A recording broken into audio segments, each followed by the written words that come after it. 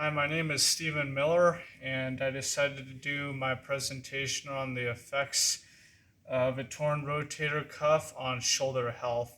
This accounts for 4.5 million visits a year in the US alone to physicians' offices, as well as it is the most common shoulder injury. So, the overview, what we're going to be going over is the functions of the rotator cuff, common rotator cuff injuries, what should you do if an injury happens, two different types of surgeries, the recovery time and general costs associated with these surgeries, as well as current preventive methods and the bibliography.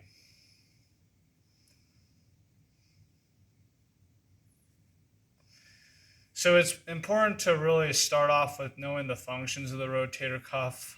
There are four major muscle groups involved with this. The infraspinatus, the supraspinatus, subscapularis, and the teres minor. And really all the functions related to the rotator cuff is protect the ball and socket of the shoulder, help externally rotate the shoulder, and help assist raising the shoulder overhead. That's really the main functions of it. All right, so there's two really common rotator cuff surgeries. The first one is rotator cuff tears, and the second one is shoulder impingement syndrome. And shoulder impingement syndrome can actually be caused from a rotator cuff injury, but this does not always happen. So what should you do if a rotator cuff injury happens? Well, you need to determine, how much pain there is to begin with. The next thing is avoid heavy lifting as much as possible and just ice the shoulder. And I'd recommend taking an anti-inflammatory medication such as ibuprofen. If the pain continues and there's still like swelling, if you could see that, I would consult with a doctor immediately. And then usually a doctor will, want to put in an order for an x-ray or an MRI to see really if the injury, if that is what it is, a rotator cuff injury. And then, the doctor might also prescribe cortisone shots or another anti-inflammatory, but if the shoulder is really injured, that's when surgery comes into place. All right, so the two different types of surgeries are the rotator cuff surgery, which really comes into reattaching the tendons of the rotator cuff. This is usually the first option.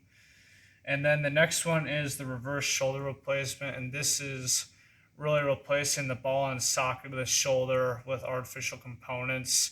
And really this is done when there are not enough tendons to be reattached to each other in the rotator cuff. All right, so the recovery time and general cost for these two different types of surgery are, quite intensive and thousands of dollars. So, you're looking at a minimum of 4 to 6 months with a regular rotator cuff repair and about approximately 8 to 12 months for full recovery with the reverse shoulder replacement.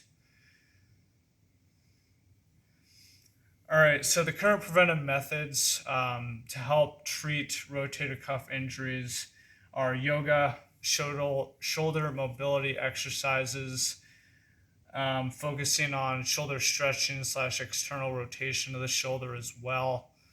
And here I also provided a link to a program from the organization AAOS. It's a 4 to 6 week long program detailing 18 different exercises with sets and reps and equipment you need. And I've done it for a week and it has been phenomenal and I highly suggest it. All right, so really what I get at, before I get into the bibliography is that, the more work you do now to prevent rotator cuff tears, like the stretching and all the external rotation, the least likely a injury will happen, even though there's no guarantee. And this will definitely help reduce the 4.5 million cases seen in physician offices a year.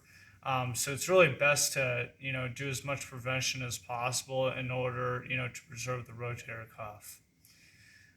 But here is my bibliography of all my sources that I used, and thank you for your time.